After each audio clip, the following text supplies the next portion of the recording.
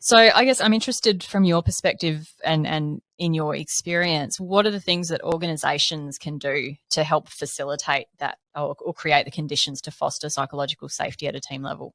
Yeah. And, I think you've touched upon some of them. So for me, I've been helping organizations reframe the way that they've established their processes and structures and looking at how they actually empower individuals. So looking at those aspects of how their organization operates, and we'll use, for example, the incident report, like you mentioned, and identifying, is it a just culture model that they're using? And moving away from, the old school of, I just want Bob gone. I'm going to blame one person, and if I get rid of them, then that's the answer to the problems that I have. So for me, I work with organizations, and we look at most aspects of their business, the structure, the roles, the requirements, the processes, the support that they have in place, and identify how they're actually performing in those areas.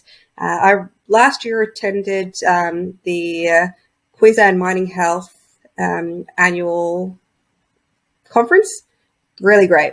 And it was interesting because on this topic, everyone was talking about the aspirations to be a high reliability organization.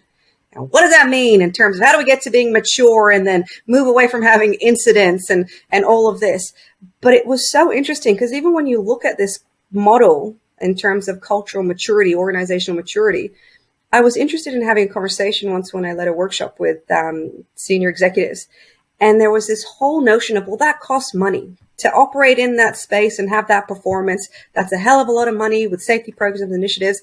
But when you looked at the characteristics of organizations that reached that state, it was demonstrating care, trust, integrity, things that actually don't cost you money to be able to establish. So I think we need to really start looking at and reframing how businesses are operating.